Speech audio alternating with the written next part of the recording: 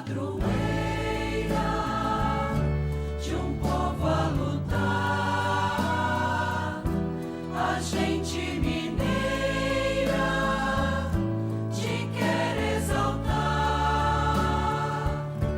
não só lá na serra. Amado irmão, amada irmã, saúde e paz com muito apreço. É graça de Deus estarmos aqui congregados ao redor da Mãe, neste dia de sábado, quando a nossa igreja, de modo muito especial, nos convida a fecundar e a crescermos na experiência bonita da devoção a Maria. Ela nos ensina porque é discípula exemplar.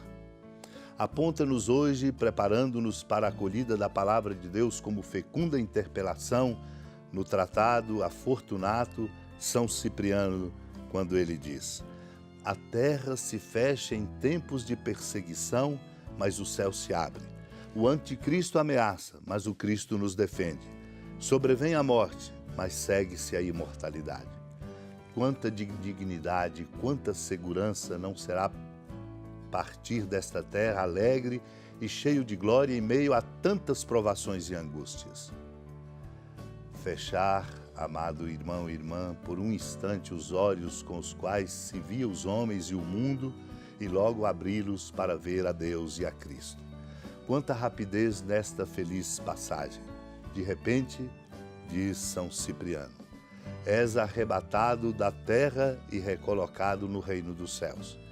É necessário pensar nestas coisas dia e noite e nelas meditar no íntimo de nossa alma.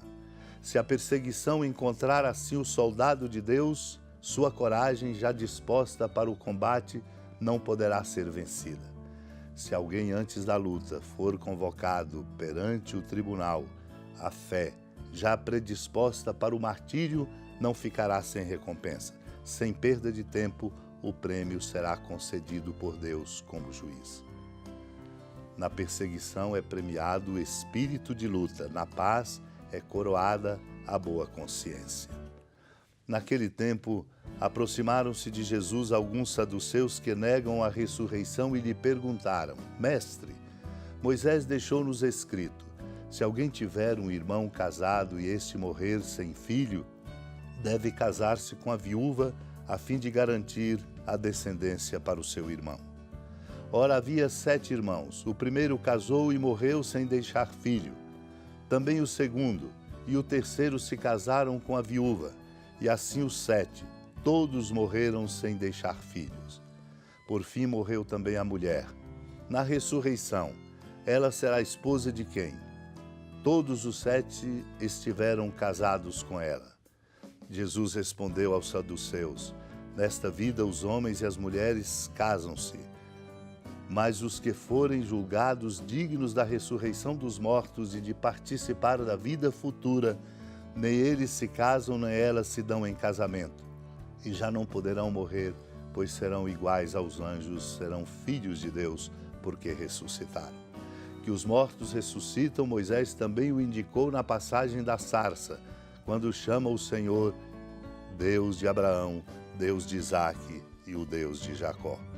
Deus não é Deus dos mortos, mas dos vivos, pois todos vivem para Ele.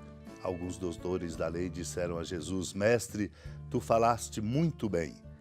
E ninguém mais tinha coragem de perguntar coisa alguma a Jesus. Amado e amada de Deus, esta passagem nos ensina que a vida não é no tempo em que vivemos, pelo tempo que Deus nos concede a graça de viver.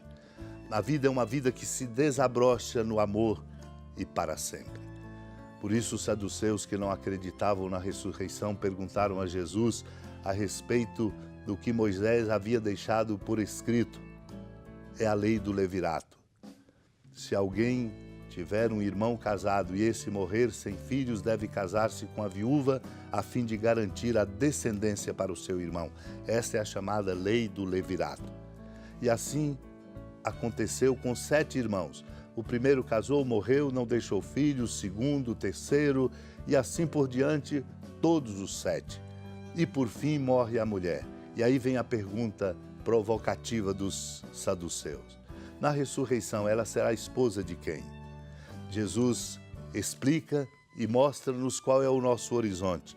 Nós não estamos aqui neste tempo por estar. Não estamos neste tempo apenas para passar este tempo.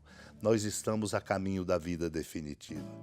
Nesta vida, diz o Senhor, homens e mulheres se casam, mas os que forem julgados dignos da ressurreição, isto é, de uma vida que desabrocha para sempre e para sempre permanece, participando da vida futura, eles não se casam, não se dão em casamento, porque já não poderão morrer, pois são iguais aos anjos e serão chamados filhos de Deus, porque ressuscitaram.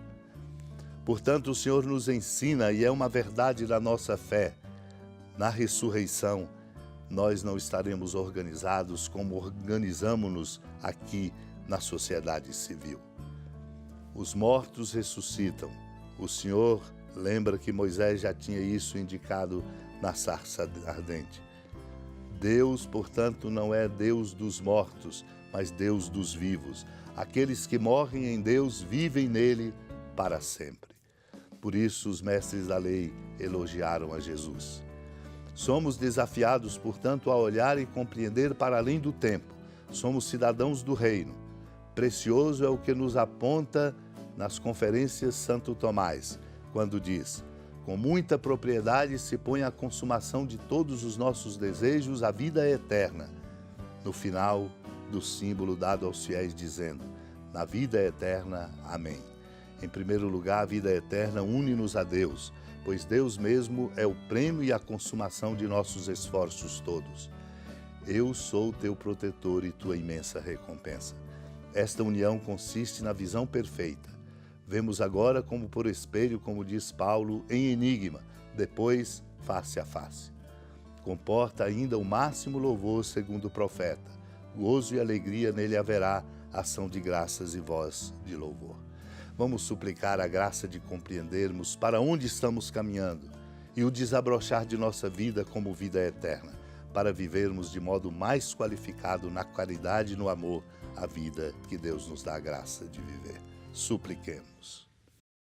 Senhora da piedade, Mãe Virgem do Cristo Deus. Lembrai-vos, ó piedosíssima Virgem Maria, que nunca se ouviu dizer que alguém daqueles que, tendo recorrido à vossa proteção, implorado a vossa assistência e reclamado o vosso socorro, tenha sido por vós desamparado.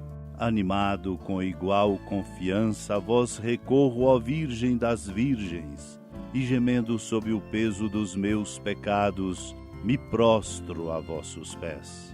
Não desprezeis as minhas súplicas, ó Mãe do Verbo encarnado, mas dignai-vos de as ouvir propícia e de me alcançar o que vos peço. Amém. Feliz padroeira de um povo a lutar, a gente mineira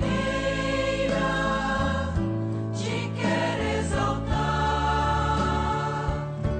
não só lá na serra, tu és esplendor